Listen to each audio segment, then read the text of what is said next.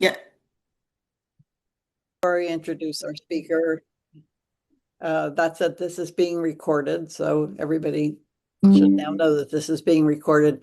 I think most people are very familiar with Zoom by this time, but if you're not, just a few things. The captions are along the bottom of your screen. There's a series of icons, and CC is for captions.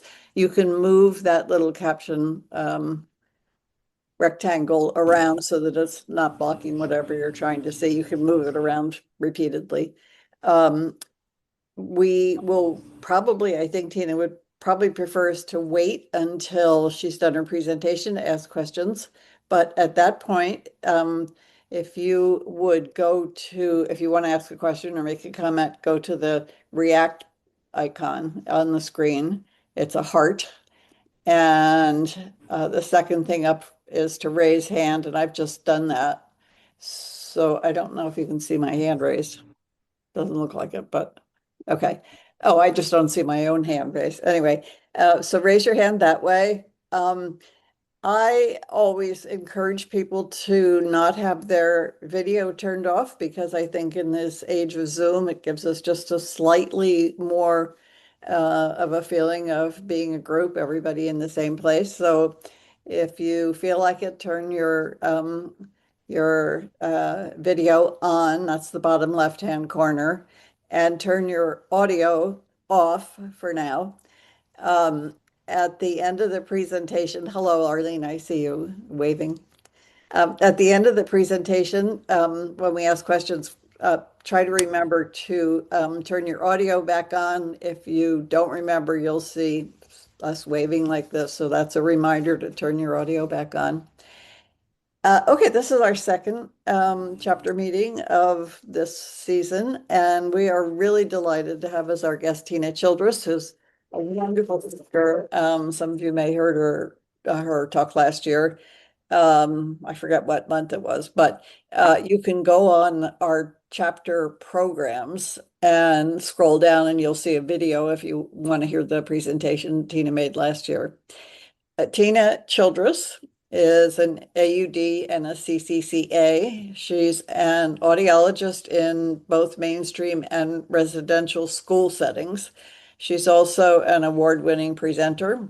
She's an adjunct lecturer. She's a mentor for children and adults, and she is active on various local, state, and national boards and committees, as well as on social media.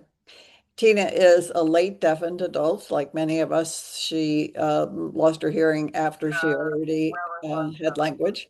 She has bilateral cochlear implants, and her areas of expertise include assistive technology for visual and auditory communicators, advocacy to promote accessibility, and psychosocial adjustment to hearing loss. She'll be addressing some of those tonight. I don't know if we'll get to the psychosocial adjustment, but since this is really about devices, she has created numerous online resources on technology and accessibility related subjects in an effort to help individuals who are deaf or hard of hearing connect to the world around them. Her resources can be found at her website, which is tinachildressaud.com, and it will be in the chat, which is accessed also from the bottom of your screen. You'll see it there. It's there now already. So I am going to ask Tina to go ahead. And Tina, shall we wait until you're finished speaking before we have Q&A? Um, I actually, because there's a lot of content that I'm going to be going through, so you don't forget what your question is. And I am one of those people that if I don't write it down, I definitely will forget. Please type in the chat box. That way I can go through the questions at the end, but I would like to get through the content first. Okay, good. All right. Then you and everybody who is not muted, if you can do that now, and I'm going to mute myself too. So thank you, Tina. You're welcome. You can do that as a host, David. If you go to the participants box, you can mute all if you want. Yep. Oh, well, I've been selectively muting. Muting all isn't good because then I mute you. Okay. Got it. All right. Good evening, everybody. I'm really excited to be here, and I realized that I mislabeled or misnamed this group. This is the New York City chapter. I think because I have been talking so much with Bergman about the New York State HLAA meeting that's going to be happening next year in my head. I kept thinking this is New York State, but it's New York chapter. New York City chapter. So I apologize for that. And if you're going to be at the New York State chapter, I will see you there. I will be presenting there as well, probably on content very similar to what I'm talking about today. If you joined a little bit late, I am providing handouts. I always provide handouts because I know the struggle of taking notes and watching captions and reading lips and all the things that we do. I know that David has been periodically posting the short link to the handouts. It goes to a Google Drive folder and you will see a PDF in there. And you are welcome to download that and use that information and reference it later. Okay. I forgot that I had given Catherine kind of my bio, and that's what this slide is all about. Adding to what Catherine said, I will say that my nickname is Techie Tina because if there's a gadget out there, I probably have it in my tech closet. I love learning about technology. I love teaching about technology. I know it's complicated. So I hope that by being an audiologist, but also being a consumer like all of you, that I can explain it in a way that's meaningful and helpful for you. I'm going to start out talking about really the power in your pocket or purse. Um, does anyone here not have a cell phone? Okay. I'm not seeing any hands raised. All right. So I'm going to talk about some of the accessibility features that you may or may not know about on your personal mobile device. Funny fact, do you realize that in the deaf and hard of hearing community, the number of iPhone users to Android users is about 4 or 5 to 1? So for every 4 or 5 iPhone users, there's one Android user. So I'm going to start out talking about iPhones because that's what many of you have, and then I'll move over to Android. And I guess I will say that I have both. I've been a very strong Android user for a long time, and I recently got an iPhone when I changed service carriers, and I ended up with a third line. I'm like, okay, maybe I'll get an iPhone now so that I can play around with some of the features. So here we go. When it comes to your device, it's really important to know which device that you have, right? So can you say I have an iPhone 14 or I have, an iPhone SE? And it's important to know this because when new features come out and new operating systems, which is the program that makes your phone work, when that happens, it's really important to know what device you have. It's easy for iPhone users, iPhone, blank.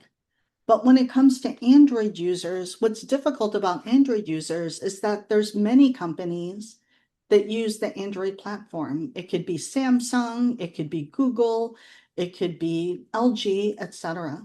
And when it comes to your device, I always recommend make sure that your phone, when you get the little icon next to your settings, the little badge that says update your phone, you should update your phone. When you have the ability to update your apps, you should update your apps. And if you do not do those things, it can make your phone and your app not work as efficiently. Okay, so definitely do that. And along the same lines, think about the devices that you're wearing on your ears right now. Can you tell me exactly the make and model of the hearing device on your ears? Can you say that you have, for example, a phonak sphere, I7 or something like that? Can you say that you have a cochlear nucleus 8? And it's kind of the same reason. What would happen if your hearing aid were to break?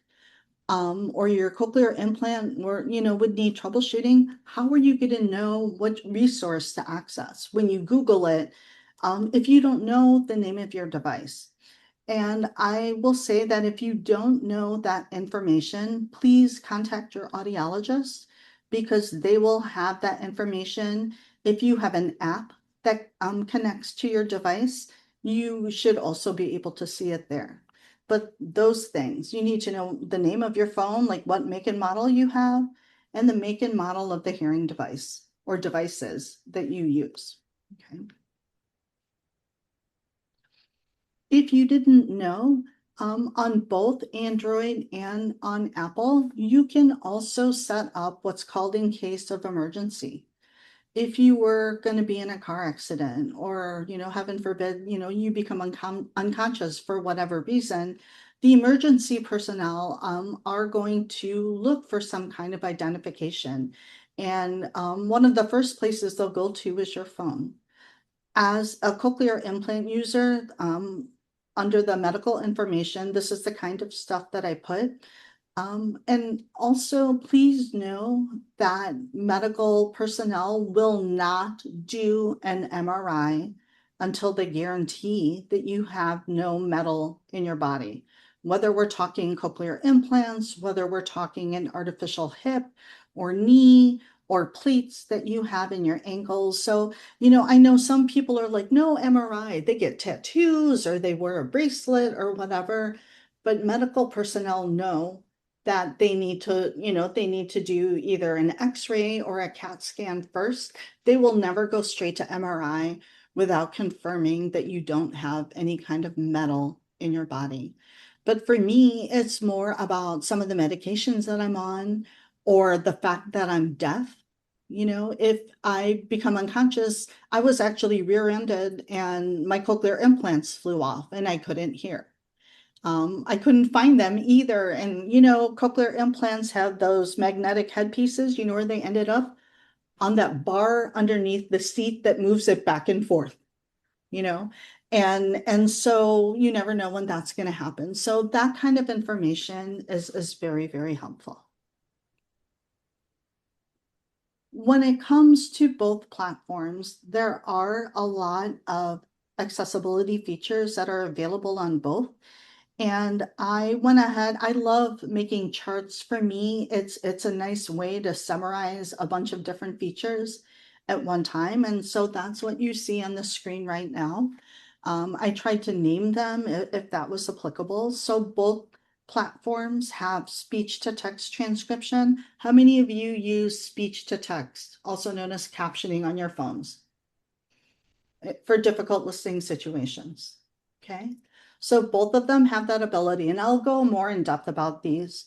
Our phones can now caption media as well. And while I'm thinking about it, Harold, I saw that you just took a picture, and if you join late, I want to remind everybody that David will be posting links to these slides in the chat box periodically, and that way you don't have to write everything down. Okay. Now on our phones, even the ability to caption phone calls and video calls is embedded within these kind of platforms. They both have sound recognition to alert you to different sounds in the environment. Okay, if you go to the bathroom, it will say water running, guaranteed every time. Okay, there are things like type to Siri, music haptics. I'll go through these. All right, and in the interest of time, I'll go through these more in depth. And here are some other maybe not so captioning, you know, centric type of features that you might have. And we'll go through some of these as well. All right. Let's start with iPhones. On your screen, there is a link that you can access, and it goes to the accessibility page for Apple. I do lots of, whatever research on these topics, and I like to provide links so that you don't have to hunt for them later. I'll do the hunting for you and I will share them on the slides. So this is the page for the accessibility options for hearing on Apple. How many iPhone users here use live captions on their phone? Raise your hand. How many people have no idea what I'm talking about? Okay. So on your iPhone, you have the ability to go into your accessibility settings, and then you scroll down to hearing, and there is a feature called live captions. And on the screen is a kind of a screenshot of a phone, and at the bottom, you can see captions. So you would take your iPhone, and let's see if I can do this. I have it right here. And now on my phone, I'll start talking and you can see the captions that are showing up on my phone. If you're in a situation where you're having a difficult time understanding someone else, you can hold up your phone or you can turn this on. And I put the directions are not on the slide, but I will add them to the slide. And I see you have your hand raised. Can you type the question in the chat box just so that I can keep going, or is it really urgent? Okay, That thank you. was a mistake, Tina. Sorry. Oh, okay, no problem. Okay.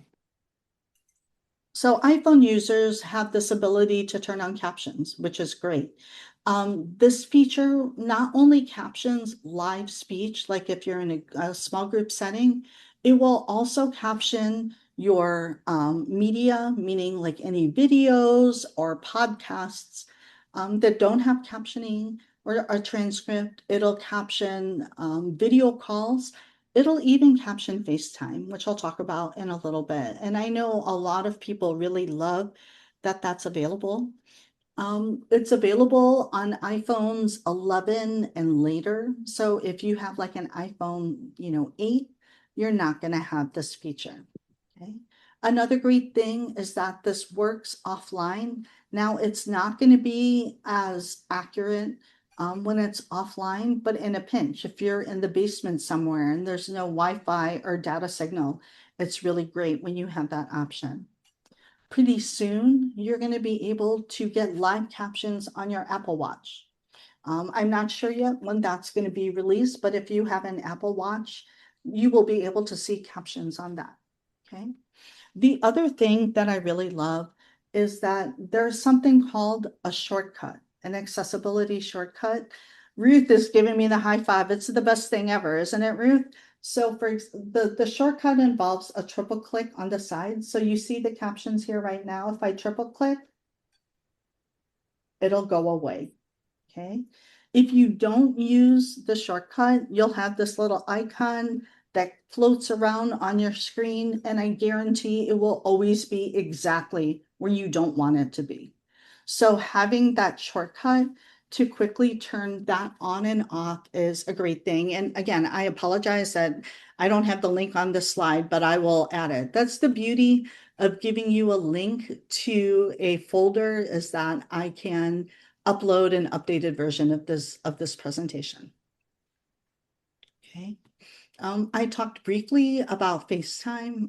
So many grandparents that I know are appreciative of the fact that you can get captions on FaceTime, whether you are doing it on your iPhone, iPad, or if you have a newer Mac computer, you can also have captions for that. And did you know that you can also FaceTime with an Android user? Okay. On the screen are kind of some dots that you can follow. When you set up a FaceTime call, did you ever notice that there was an option to create a link? And so what happens is you create that link, you text it to your Android user friend, and then they click on the link. And instead of FaceTime opening up in an app, it actually opens up in a browser, like Safari or Chrome or whatever you have on your iPhone. And that's one way that you can communicate with an Android user. So that's pretty cool. Sound recognition is another option that you have. I really appreciate having this. I travel a lot alone, and I keep my phone plugged in, and I leave sound recognition on because, I'm usually in my hotel room and my cochlear implants are off, and I like to be aware. I'm not, because I have cochlear implants, I have no residual hearing left. So it's nice for me to know if someone's knocking on the door or if there's a fire alarm going off. I mean, how many of you have been at an HLAA convention when the fire alarm goes off? I think that's happened at least 2 or 3 times, right, Arlene? I'm sure that you and I have both been at conferences where that's happened. Okay, so it's nice to know. You can have them for different alarms. You can have them for your animals, like if your dog is barking. For different household appliances, I love, when it lets me know that the microwave is going off so I don't burn something. It'll also allow you to some sounds of like non-speech sounds from people. So, baby crying is one thing, coughing, shouting. And anything that's highlighted in red means that you can actually customize the sound. So you can customize it to your specific doorbell or your specific, alarm that you have in your house. Does anyone here use RTT anymore or has used RTT? Do you even know what that means? So RTT is an acronym for real-time text. Okay. And if you go back to the accessibility settings and hearing, you will see this option for real-time text. And what RTT allows you to do is a few things. If you know anyone that's still using a TTY, you can use RTT. It's something that you can type. You can also talk into it and you can hear from it, but you can also type into it and it allows you to communicate with a TTY user. The other thing that is great about TTY, or I'm sorry, RTT, is that you can use it to type to an emergency call center like 911 because not every call or not every area has the ability to accept text to 911. Now, there are some efforts in different advocacy groups like TDI that it's really pushing for kind of this next generation of being able to text. But in the meantime, you will know that if you have RTT, that you can communicate with 911.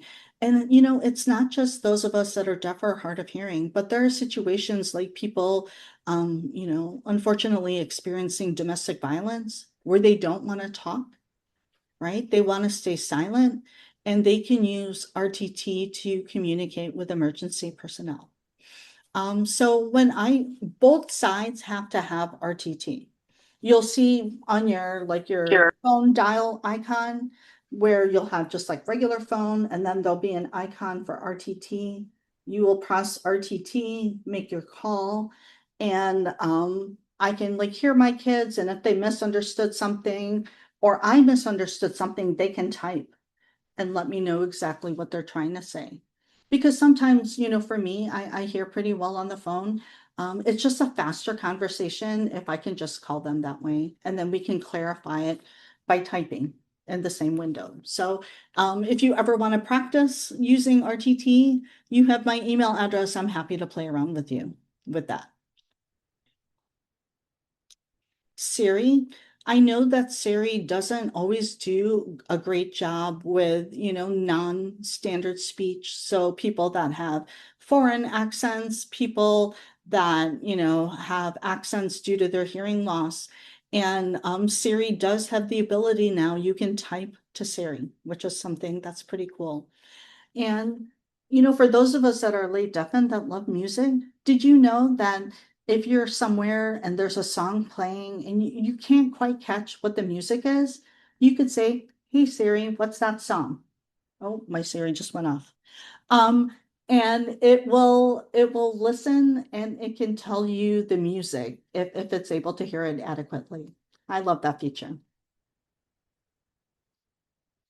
Another thing for people that have non-standard speech is this concept of vocal shortcuts. What you do, this is also under the accessibility settings. And what you do is you train Siri or you train your phone to understand a short phrase. And then it will do an action. So for example, you could say, and if you have non-standard speech, again, because you will train your phone to your specific speech pattern, it should be able to understand you. So if you want to say, open up Siri or make a text call or call so and so, someone that you call frequently, you can now do that with these vocal shortcuts, which is great. Otherwise you have to press all the buttons and or type things in, but vocal shortcuts is a nice feature.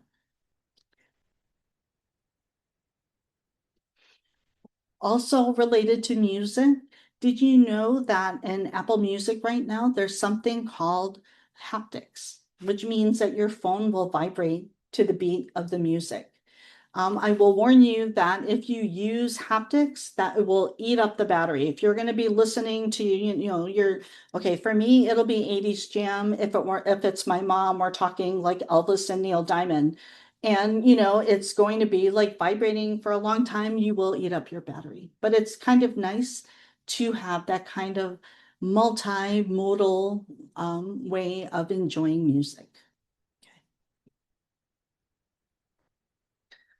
If you like karaoke, okay, I just came from ALDA, the Association of Late Deaf and Adults. We love karaoke. No one can hear, no one can sing. Some of us can sign okay, or we call our official language of ALDA CSL for crappy sign language, okay? But we love our karaoke, and you can also use this, I call it karaoke mode, on your phone if you want to sing along with the music. If you are making videos, or let's say your kids or grandkids are making videos and they want to send it to you, if there's no captions on the videos, it will be very difficult to understand. There is a free app. So this is not really, it's kind of native, but not, but you have to download this app. It's called Clips. And what I love about Clips is you take a video and you can press a button and it will add live captioning while you're talking. So you record your video, you're talking, the captions are coming, you stop recording your video, and then you can go into the captions and you can edit them. So if there's any misspelling or punctuation errors or anything like that, you can go in and do that. So I know teachers that use this with their students. I know students, like I said, they'll make a video that they want to send to grandma and grandpa, and they can add captions to the videos with this app. It's really great. Okay. Okay. I'm going to move on to Android accessibility. For Android, I know, especially during the pandemic, that, many of us were using captioning because of masks, because of distance and things like that. And one of the most favorite apps, and I think that's still kind of the case to this day, is this app called Live Transcribe. So I'm going to pull up my Android device and show you. So this is Live Transcribe. Oops. Let me unlock my phone. So one of the things that you can do with Live Transcribe is that you can rotate it so that you see it in landscape mode. So this long way. And the other thing that you can do is you can pinch to zoom the captions now. That's a new feature that I just found out about. And I knew people that they were diehard iPhone users, but they loved Live Transcribe. Sherry, I think you were one of those people, right? Like you got an Android device just so that you could have Live Transcribe. And I still think that it's the best AI captioning app out there. It also works offline, so you don't need to have any kind of signal. However, if you want it to be more accurate, you can connect to your iPhone with, make a mobile hotspot or something like that. So um, there's also been some confusion, I feel like, in the community. There is, and so like iPhone users are so jealous. So they get on the Apple Store, and there is an app called Live Transcribe in the Apple Store. It is not the same. Okay. It is not the same. It's not free. It's subscription. I'm actually, I'm kind of mad. I had been asked to consult on that app in its infancy, and I said, do not name it Live Transcribe because you are going to confuse people. And you know what? That's exactly what happened. They totally didn't listen to me.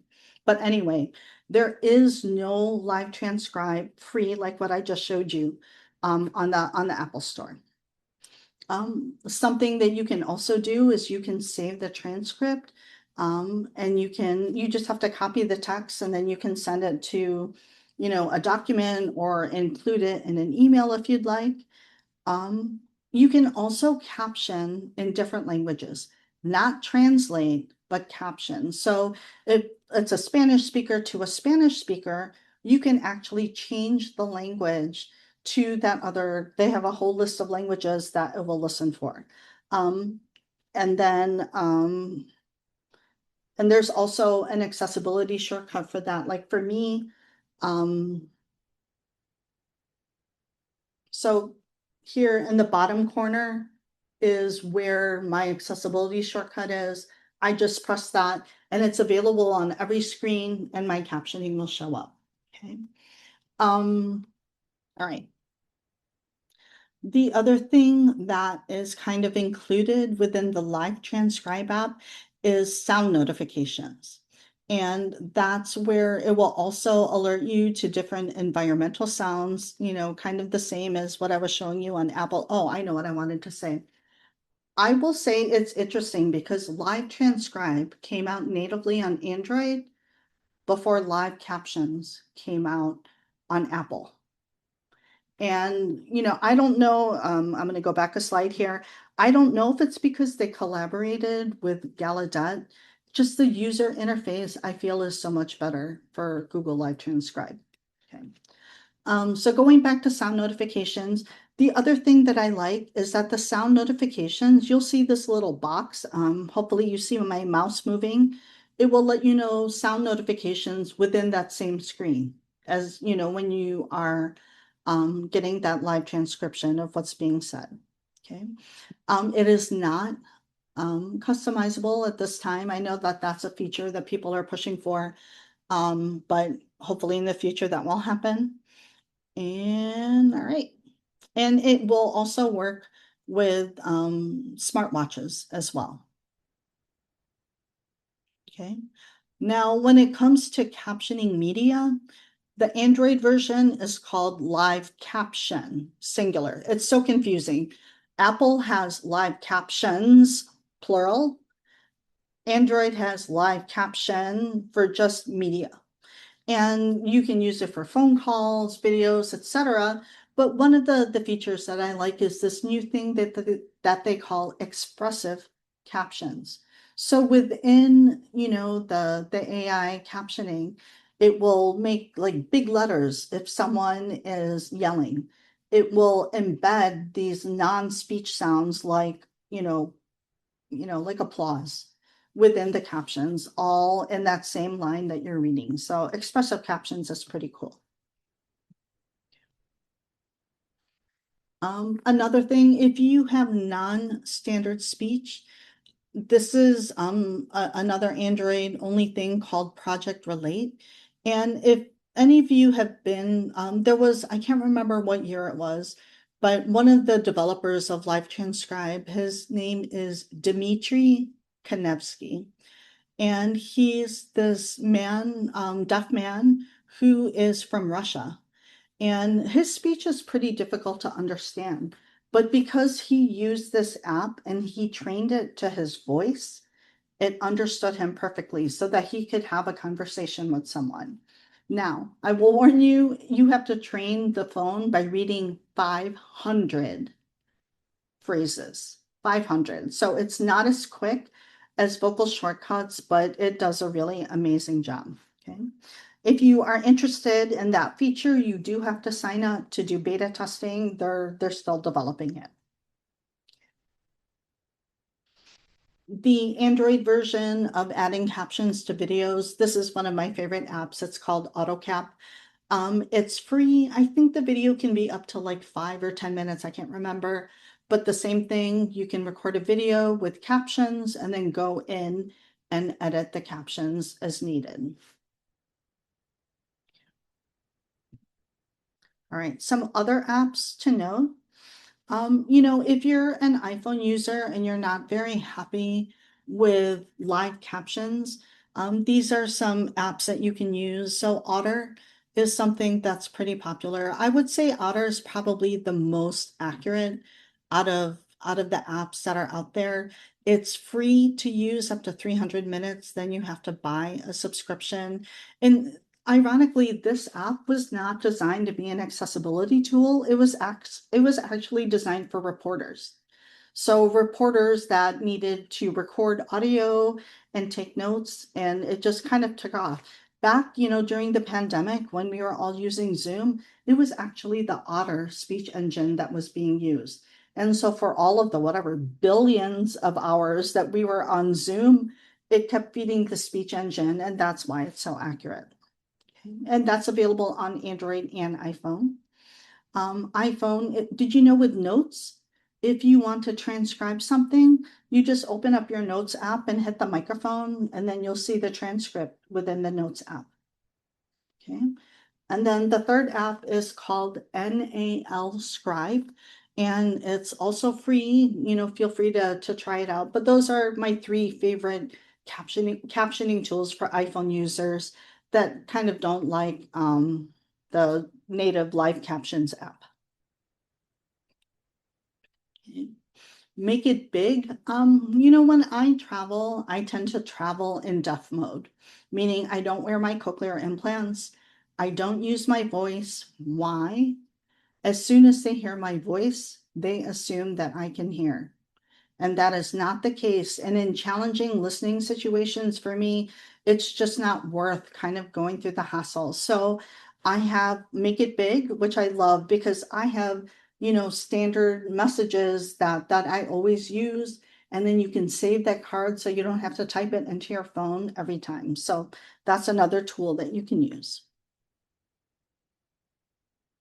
If you are in a group setting, these two apps, Microsoft Translator in conversation mode and Ava, allow you to, like, if you're in a group of, 5 people, so it's you and 4 people, the other 4 people will download the app and then you create a room and then everyone uses their phone. And when they talk into their phone, their name and their caption, and it will caption their speech.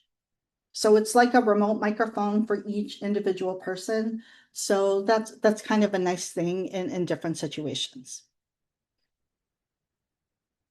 There are apps that also translate. So again, Microsoft Translator and Google Translate. What I love about Microsoft Translator is it actually will you can flip half of the screen. So it's assuming that you're talking face to face with someone instead of someone reading over your shoulder. So that's a nice feature that they have.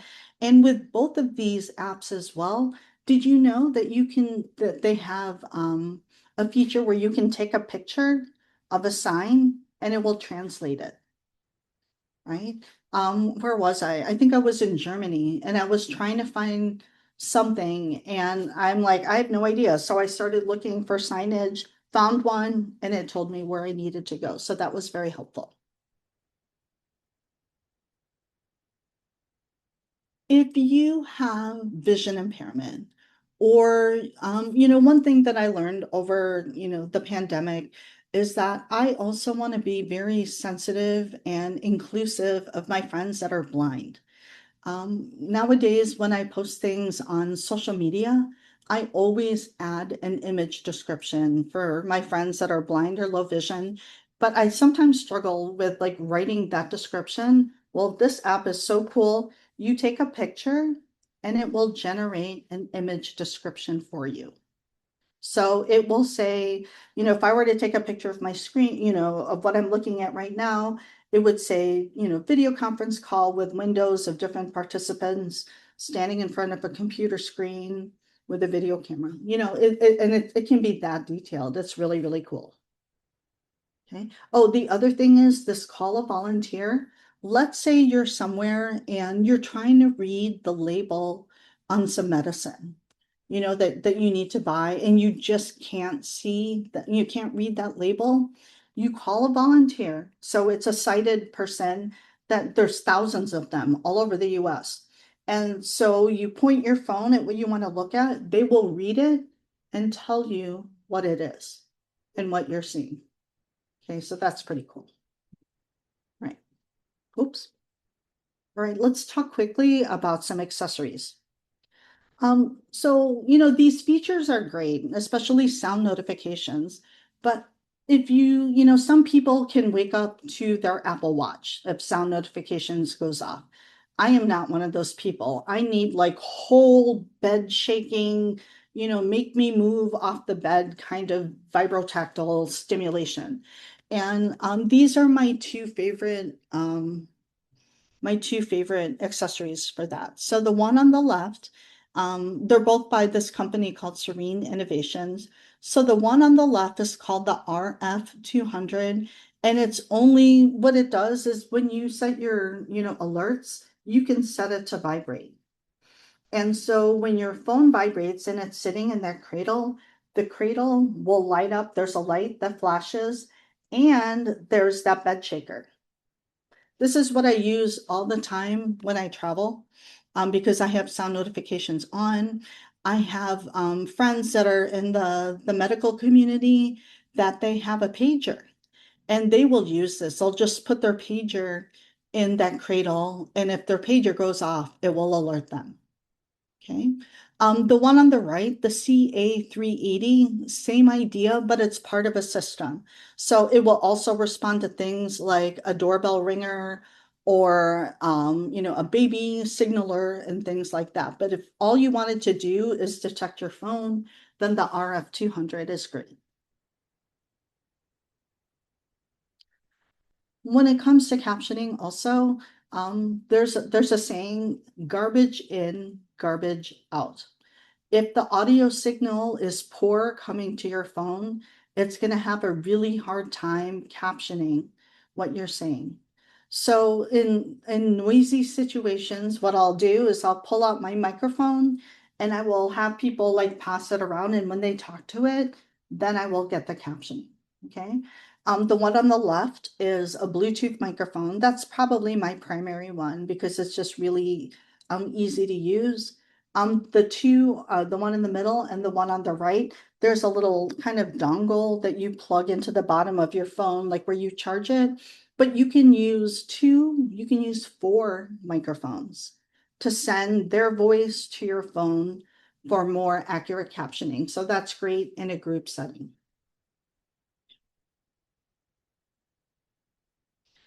For those of you, I mean, I know you New York people like to be snowbirds. Okay.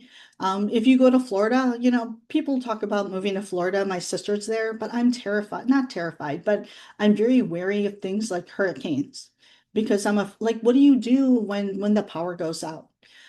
These are my two favorite power banks when there's no electricity because our phones are our lifelines. Okay. So this one on the left is solar only. The one on the right is solar and there's a hand crank. So if you need power for your phone, these are great accessories to have. So there's links on the bottom if you want to check them out on the Amazon store. Okay. Whew, wow, do we really only have 10 minutes left? Okay, let's talk a little bit about video conferencing. Um, I talked earlier about really liking lists. So this is one that I created. And what I did is I looked at Zoom, Microsoft Teams, WebEx, and Google Meet. And I looked at different accessibility features for captioning, for using interpreters. And I kind of indicated which, platform had that feature. For example, like, are you able to move the captioning around? Can you embed cart into that platform? Okay, so I will leave it to you to take a look at that. If it's blue with an underline, that's a hyperlink, which means that if you click on it, it will send you to the page that will give you directions on how to enable that feature. Okay. Um, just a warning about Zoom. I know that the community has fought for a long time to take away this particular feature where the host has to enable it before the call. Okay, so for example, if David opened up this Zoom meeting and he didn't have it enabled in the Zoom portal, we would not see that CC button in the bottom, and you cannot turn it on in the middle of a call. Everybody would have to hop off. David would have to enable it. Then we would all hop back on the call. And we find that's out of the four video conference platforms I talked about, Zoom is the only one that still has that, which is infuriating. Okay. However, when it comes to accessibility, so I use captioning, I also use interpreters. Zoom is still the most accessible and has the most options. Okay. I don't know, I know that Catherine mentioned that you can, if you're watching captioning right now, you can click on it and drag it anywhere you want on the screen. And a new feature that's there too is that you can make it like skinny and like tall. So I didn't, I don't know, I found that out maybe a month or two ago, but I really like it because if I want to see someone on the screen or not see someone on the screen, I can adjust the window to do that. That's pretty cool. Zoom also has transcripts that you can download, which is really nice. And you can use it with cart. Microsoft Teams, the captions are always on the bottom, but you don't have to ask someone to turn it on. So that's pretty good. WebEx also has movable captions that you can turn on your own. Now, Google Meet. Google Meet is a little bit different because it's browser-based, meaning you have to go to Google, or I mean, you have to go to Chrome or Safari. It actually works a lot better on Chrome. And so it's not, I feel like, as robust as the previous three platforms that I was talking about. The captions are always on the bottom, and there's more limitations. You can't embed cart into Google Meet, which is kind of frustrating for people that prefer cart. And then, did you know that in PowerPoint that you can turn on captions? So I'm going to turn this on real quick. So you might end up seeing double captions. So I'm going down the bottom left-hand corner and I'm clicking on this button that said CC. And so if you're doing a presentation for a large area, you can now have captions also happen, and you can put it at the top, you can put it at the bottom. And so I know lots of churches that put up slides during their service. They will use something like this as a way to caption. And like, let's say they just want to talk, they'll just have a slide that's blank. And as long as you're still talking into the computer, you're going to get the captions. Now those microphones that I was talking about earlier, not only work with cell phones, but they also work with connecting to your computer. So you can actually connect a Bluetooth microphone to the computer. So, if the pastor or the rabbi is walking around, they can also use this feature, which is pretty cool. Google Slides also has the same feature, and I just have a screenshot of where you need to go. It's in the bottom of the bottom left-hand corner of the slide.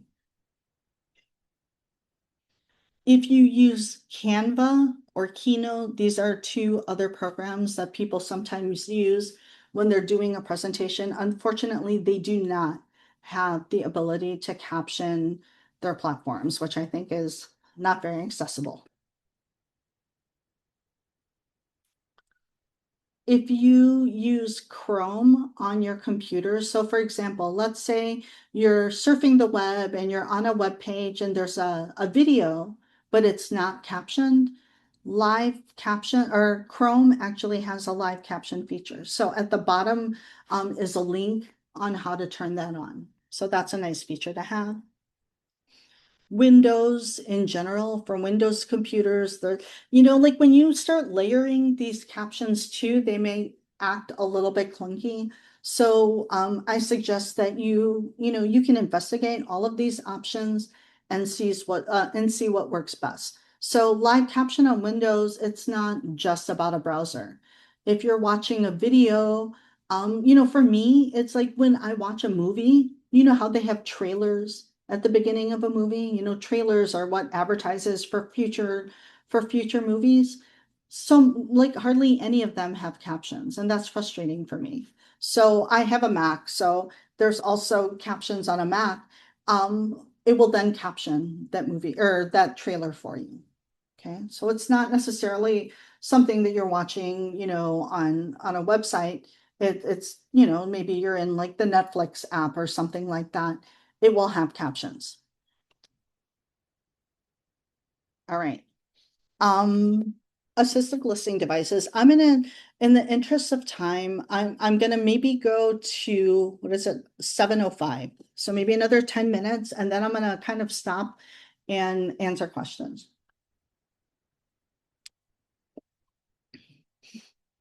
What I want you to understand is when it comes to sound transmission, there's different technologies that are out there. If we're talking like one-on-one or small group situations, the most common are DM, which I'll talk about. It's an acronym for digital modulation, or 2.4 gigahertz. I'll show you some pictures, or Bluetooth. When we're talking about large or medium or large kind of venues, so think of a house of worship, think about theater, there's other options that are also available, which you also see listed on the screen. So let me go through these. If we're talking about DM or digital modulation, this is what some of you formerly knew as FM. How many of you guys have heard of the phrase FM system? Or maybe you used an FM system. I've been in audiology a long time. FM systems, when I started in the field, was a box with a harness with cords that went up to hearing aids that the kid wore. Some people that are older than me, there was like a hub in the middle of the table and everybody just plugged in headphones, right? So there's different things. So in terms of digital modulation, Phonak is a company that, this is the technology that they use. So the thing on the left is the transmitter or microphone. And then on the right are some examples of different receivers. There's two parts when you're using something like this. You have to have something that someone talks into, and then you, the user, have to have a way to receive that signal.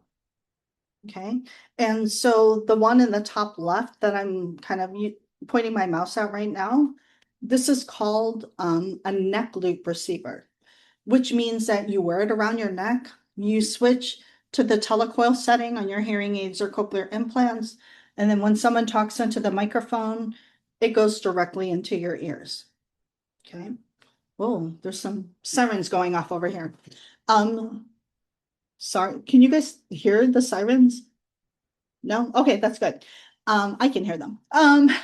There are also receivers that integrate directly with the devices that you're wearing. So like on the upper right-hand corner, you'll see this little like bump on the end of a Nucleus 8. That's the receiver. Okay. And that's what will receive the signal. Now, because this is made by Phonak, if you have Phonak hearing aids or if you have advanced bionics, cochlear implants, that's all kind of built into the system because Phonak and Advanced Bionics are both owned by a company called Sonova. So there's nothing like dangling or that you need to attach. It's all kind of embedded. Okay. Another kind of different way of transmitting sound is what we call 2.4 gigahertz. So things like the Mini Mic 2, the phone clip, the audio link from Medel, and the Oticon Connect clip use this type of transmission. So it's like saying, do you want a Ford? Do you want a Toyota? It's just a different way from getting from point A to point B. Okay. And then I'm not going to go through this because we don't have time, but this is a slide that you can reference later and email me if you have questions. This is talking about all the different ways that devices can transmit via Bluetooth. All Bluetooth is not made the same. Like if I say Bluetooth, there's different flavors of Bluetooth depending on the device that you have, like we're talking your cell phone, or the way that your hearing device also connects via Bluetooth. They're not all the same. Okay. So let's talk about medium and large areas. There's all from the classroom to a large concert hall. What are the options that you have for assistive listening devices? One way of transmission, this one is called radio frequency, and it involves having someone wearing a microphone, and then you, the user, would have a receiver, which is typically a box that you either plug in your headphones, or you can use a neck loop, or you can plug in like a mini mic too, if you wanted to as well. Okay. And radio frequencies have really big waves, which means that it can go really far. So people that, have outside kind of venues, this is the kind of system that they might want to use. If you are in a movie theater or in a live theater, they may be using infrared. And so the sound is transmitted on a beam of light. And so there's this red thing that you might see in the front of the theater. And then you kind of think of it as like a flashlight. You want to sit in the cone, and then you have some kind of, box or receiver. And again, then you will get the signal that way. Okay. It does not work outside because it's light. It'll be affected by sunlight. And then, being HLAA, I know that you are very familiar with induction. Induction is just the way that hearing loops and room loops work. The idea is with a hearing loop is you have, a perimeter of copper wire that's, on the floor, sometimes in the ceiling, around either a whole room or part of a room. And as long as you go in that loop and switch to telecoil, you should receive the audio. The wire is connected to a sound system. So if someone's talking into the microphone, it goes to the wire and it gets sent via induction, like an induction stove, right? Another wireless way to your devices through the telecoil. Okay. This is a product, this thing on the right, it looks like what you sit on when you go to a stadium, but this is kind of a tabletop loop. It's really cool. So, I've been to different conferences where the front desk at the hotel has this tabletop loop. And for this, the loop, the copper wire is actually kind of in that square thing. So all you have to do is stand in front of it, switch to telecoil, and then there's a microphone that kind of points or is worn by the person behind the desk. They talk into it and it goes straight to your ears. You just have to switch to telecoil. Pretty cool. Okay. Audio over Wi-Fi is another thing that you might see in some venues. And the way that this works, so you have audio from, like, let's say a show, like a live Broadway show. And the transmitter, all the microphones hook up to their system and it sends the signal out, but it sends the signal to your cell phone. And then however you connect to your cell phone, whether it's Bluetooth, whether it's through an app, whether, however you connect, then the sound is transmitted to your device. And in theory, it's a great idea, but practically, what I know from talking to different vendors and users is that there's sometimes a significant lag. And so if you're someone that lip reads, if the sound is not matching what you're lip reading, it can be really confusing. Okay. So coupling. Coupling is the way that you connect to the receiver, that box that you're wearing. So people ask me, Tina, what kind of headphones should I get? And I always recommend ones with a cushion because it sits, a little bit further away from your ears, so you're less likely to get that squealing sound. It's more comfortable. It does a better job of isolating the sound. Okay, that's one way. The other way, you can plug in that neck loop and again switch to your telecoil. If you have some residual hearing and just need a boost, you can even wear earbuds. I do not recommend the flat foamy kind of headphones. They sit flat and there's too much sound leaking in and out. And if you have hearing devices, these under the chin kind of headphones don't work either. Okay. And then, we know that Auracast is on the horizon. I'm not going to go too deep into this, but just know that there's a lot of different options. You can see it across the top, but there's three parts to Auracast. You need to have a transmitter that sends the signal. It could be like a transmitter, like it looks like the size of like an Apple TV box. My phone, I have a Samsung phone. I can actually broadcast or a cast from my phone. TVs, computers, all of that are going to have these transmitters built into their kind of ecosystem. So that's the first part. The second thing that you need is an assistant. The assistant is what helps you pick out what you want to hear. So kind of like when you go somewhere and you need to find Wi-Fi, you'll have a list of different, like Wi-Fi um, hubs that you can connect to. You're going to have the same thing happening with Auracast. It'll be on your phone. Some people are saying it'll be on your watch. There's already a system, I think it's Sennheiser, that their charging pod for their earbuds has the Auracast assistant built into the case. Pretty cool. And then the third thing that you need is a receiver. Okay, either your hearing aids or cochlear implants. And right now, there's only really one product that I know, hearing product that I know that actually is able to accept the signal right now. They're calling that enabled. And that product is the Resound Nexia hearing aid. There are products that are out there like Cochlear Nucleus 8 and a variety of other hearing aids that are Auracast ready or Auracast compatible, but they are not turned on yet to be enabled. And that requires, going to your audiologist and either getting a software upgrade or a firmware upgrade. So kind of it's on the horizon. It's going to take time. Kind of like when we transitioned, do you guys remember going from VHS to DVD? And some of us had both. I had the player that played VHS and also played DVD. That's what's also happening with Auracast. We're building up the products. Okay. And with that, I'm gonna end. I just had a few more slides and it was just talking, let me see here. It was just talking about different apps, like your hearing device apps that you use to control your hearing devices.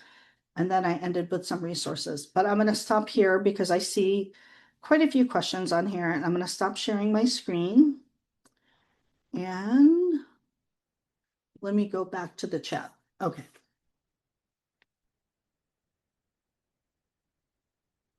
So I'm going to go to the top and answer them in order.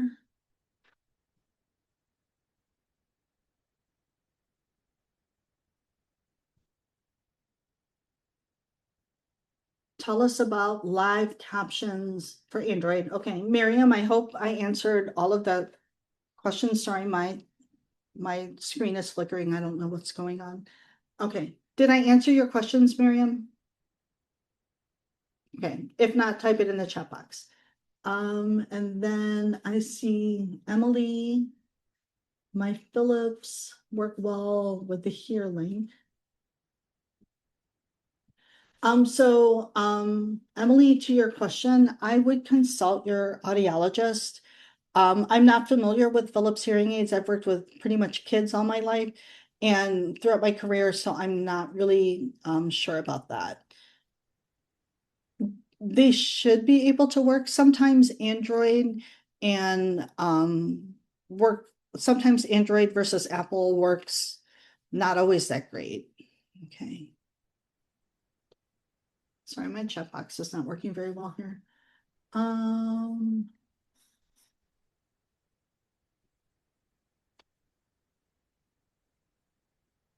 so Karen is saying, I don't understand how the captioning or whatever will wake you up in an emergency if your COs, oh, do you mean CIs, I think, or hearing aids are off?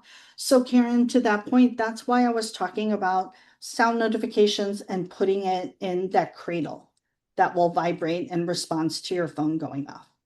Okay. And then also you had that question about your call. Sorry. For some reason, it won't stay when I move my mouse. There is something called audio routing, Karen, that is in your iPhone. I suggest you again consult your audiologist about making sure that there is a way to route the audio so that it can go to captioning as well as go to your hearing devices. Okay. So it would do both of them at the same time? I think it's supposed to be able to do that. I don't have devices that actually can do that. Anyone here have that experience? Can you hear and will it caption at the same time?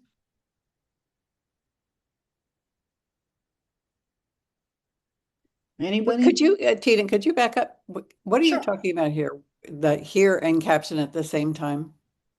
Yeah. Has anyone experienced that with their devices? But you I mean to was be able to saying, hear the sound and see captions on your phone? I was saying the sound in my phone went to my Bluetooth into my ears, so my cell phone didn't know there was any sound to record to caption.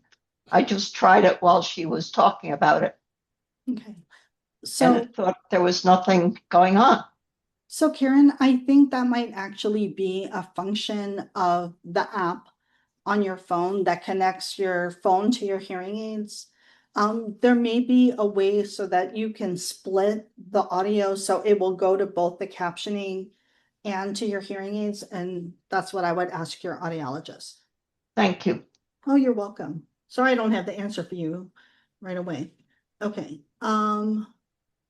The Roger mic is not 2.4 gigahertz. I know that for sure. Steve. Okay. There was questions about moving the captions.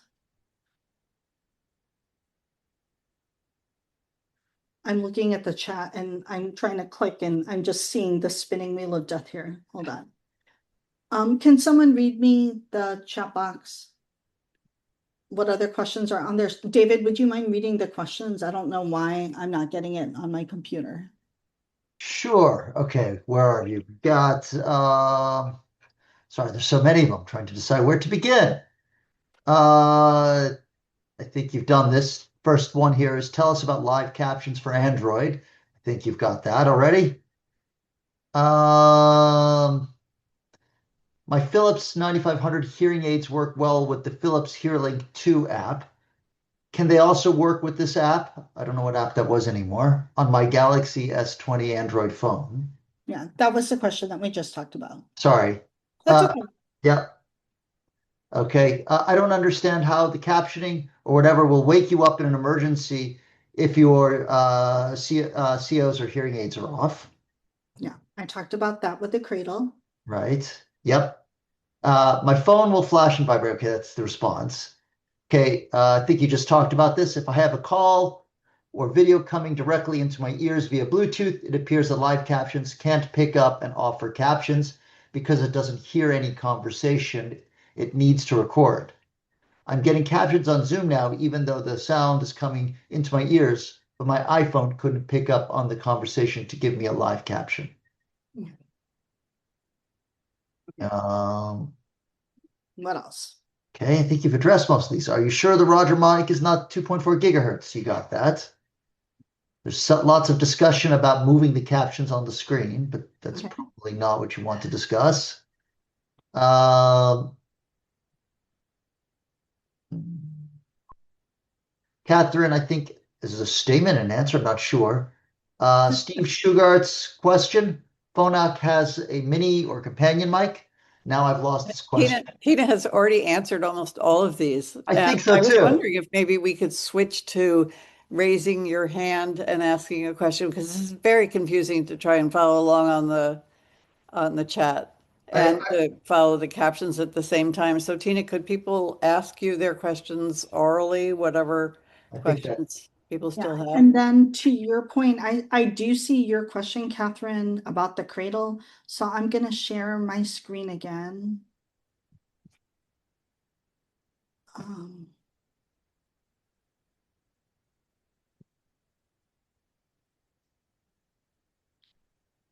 all right, so let me go back. Sorry, I don't hope I'm not making anyone sick. Oh, this. So what you see on the screen right now is a cradle. So to Karen's question, if your hearing aids and cochlear implants are off and you have sound notifications on your phone, you put your phone in the cradle. When your phone vibrates and responds to those sound notifications, the cradle will light up and the bed shaker will also go off. So, some people use it for emails and texts. I don't know if I want that in the middle of the night, but I do keep it on for sound notifications. You can also do that with an Apple Watch, I think. Yes, Yeah. absolutely. Any other questions? Vicky Pacheco has a question. Coming back to the split sound, when I Bluetooth the television into my ears, my husband cannot hear the TV. He has to go listen to a different TV. So there's a way to split that sound too.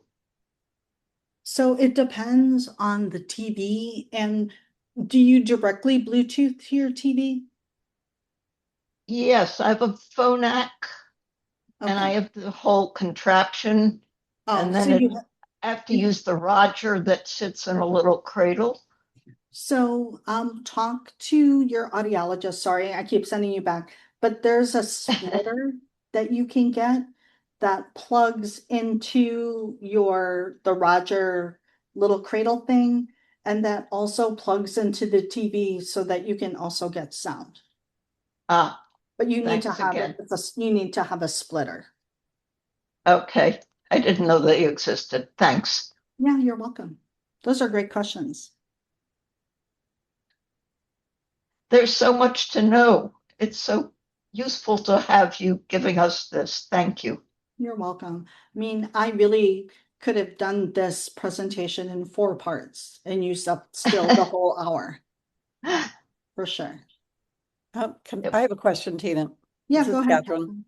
Catherine. When I'm using Otter on my phone in a group, um, it picks up the captions. I mean, it picks up the voices. It's fine. It captions, but it also dampens the audio. So it makes it much harder to follow because I'm not actually hearing and reading the captions at the same time. Have you experienced that? Are you just listening with your hearing? I can't remember. Do you have hearing aids or cochlear implants? I have a hearing aid and a cochlear implant. So I'm listening with those. I'm also want to follow along with the Otter captions just to reinforce what I'm hearing. but when you turn Otter on, and this may be true of live transcribe too, it dampens the audio. You can still hear it, but it's so quiet that it makes it very hard to follow along with the captions in a group. Well, if you are, those should be completely separate because if unless you're using your phone, like for live listen or something like that, using Otter should not affect your hearing aids in cochlear implant in any way. Well, it does. Um, I don't know why it's doing that. It should not. okay. I'd be interested if anybody else has that experience. Talk to your audiologist. Yeah. Wait, I see Beth Friedman's hand is up.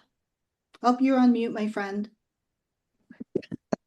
Um, I came in late, but can I ask a question about from an iPad, like being on Zoom, and you can turn on the captions, but I don't know how to make them bigger.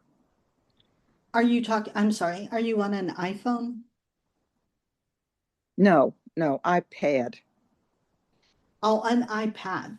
So are you talking about captions for movies or captions using the live captions feature? Live captions. Okay. So when you go into your settings, accessibility, hearing, and then, the area where it says live captions and you turn it on, there's another line, like maybe it's right below that or two below that, that should say font size. Oh, Yeah. okay. Yeah, and that's where you go in and you make it bigger. Let me show you real quick on my phone. Oh, it's under appearance. So, whoops. Okay. Sorry, it's not showing on my screen. So I see the top bar says live captions, and then the one underneath it says appearance. If you click on that, there should be one that says text size. Okay. Tina, can you take down the slide because we can't see what Oh, was sure. I'm on your sorry. phone when you held it up? Could you do that again? That's okay because you couldn't see anything on my phone anyway. Well, it's because the slide is in the way. Well, it was white. I can't stop sharing. David, can you make me stop sharing? I don't know what's going on with my Zoom here.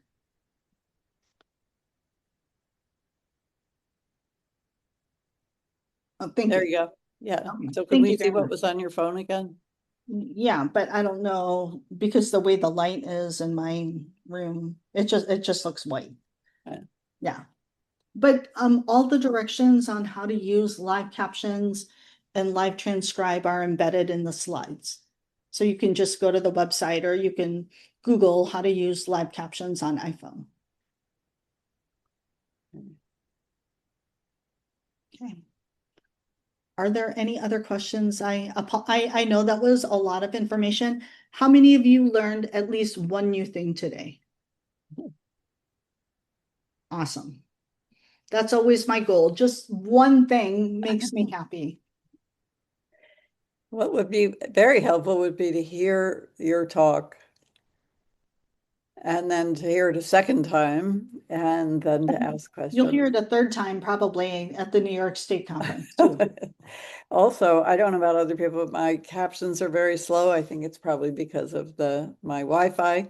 Um, it's a lot of information to absorb, but thank you for the noble effort. It was great. I think, and You're also I welcome. think being able to go back and look at your slides will be a tremendous help afterwards.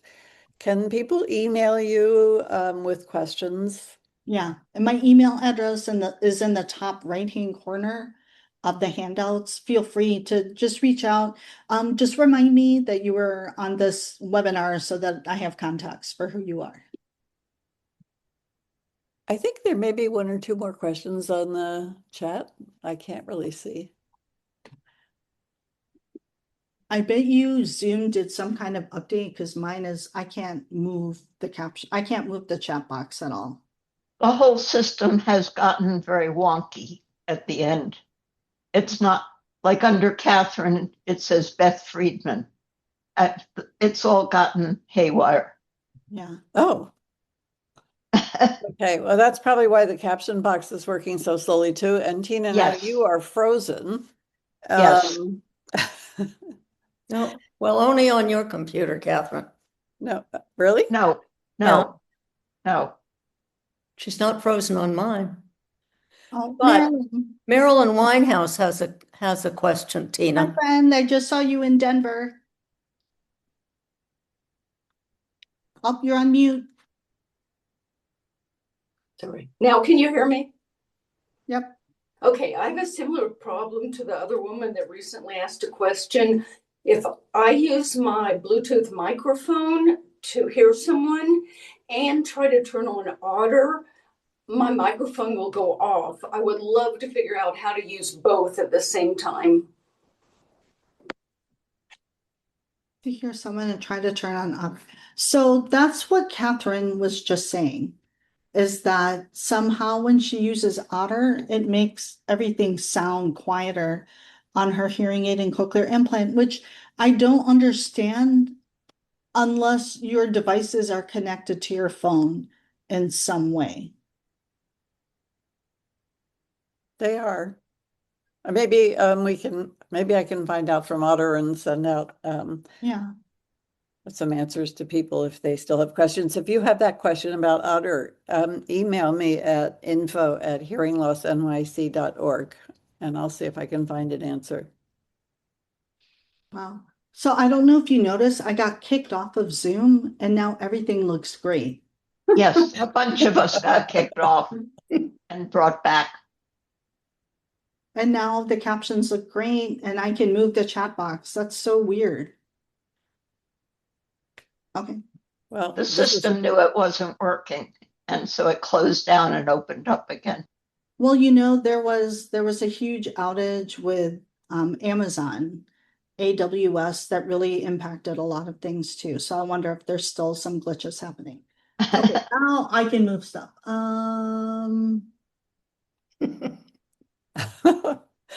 Rachel Cahill says maybe there's a full moon. Right. I don't think so. So C Butler, I'm not sure what your first name is talking about an alarm clock by Reacher. I've never heard of this alarm clock. I'll have to take a look at it. It's excellent. It works so very well. Okay, wonderful. I'm definitely going to check that out. Thank you. And I think it's inexpensively priced. You can adjust the lighting of the time. It has vibration and also sound recognition as well. Okay, great. Thank you for sharing. And thank you for such a wonderful presentation. You're welcome. I don't think there's anything more in the chat box, but mine is still not moving. So Tina, take one more look there and see. Nope, I think we answered everything. My chat box is moving beautifully now, so for sure, it's Zoom. Yeah. I think maybe Zoom can't deal with the discussion of technology. It's just too Right. complicated for it. So, anyway, I think unless there are any more questions, we should all just go back and review all the slides and we'll get in touch if we Yeah. have more questions. So thank you so much. And thank you so much for keeping up in spite the glitches that we seem to be experiencing. But I think there's one new message in the chat box. Let me just see if I can see what that is. And Catherine, do you think David or somebody could send out all the links to the slides and everything to those who are on the Zoom? I don't know. David, can you do that? If we couldn't copy it sure. off the chat? Okay. I can send That a would mass. be great. I can send a mass email to everyone who registered. That's Yes, the that would information be I have. great. Thank you But so much. But all that information is already in the chat.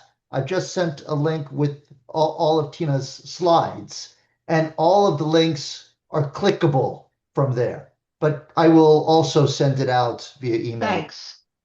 That way we don't have to grab them right away, lickety split. Yes, and also when you're trying to watch captions at the same time and do something complicated in the chat box, it's difficult. David, you might say that here are the slides, and that even if you weren't at the presentation, you're getting the slides anyway, just so people aren't confused. And also, this presentation will be available on our website in about 2 to 3 weeks. Lauren Schechter, our wonderful CART person, will clear up all the glitches before she sends it out and puts it on the website. So I think we can sort of have this experience all over again in about 3 weeks. You go to our website, you go to programs, and it will be at the before where the next meeting is going to be. And it's a very nice option to have to watch it over again. So Tina, thank you so much for visiting. And we're now seeing Karen, I think. I'm not sure if everybody else is or if it's just me, but Tina, you've disappeared. So. Uh-oh. Okay, I don't think I can deal with this technology anymore. So Do thank you gallery so much, view. everybody. And Tina, are you still here? I am still here. Yes. Oh, Yes. there you are. Okay. Thank you. Thank you very, very much. You're so welcome. And I look forward very much to watching this over again in a few weeks. Thank you. All right. Bye, everybody. Have a great Thank night. Thank you so everyone. very much. That was You're fantastic. welcome. Thank you. Bye. Bye. Bye-bye. David, the problem is getting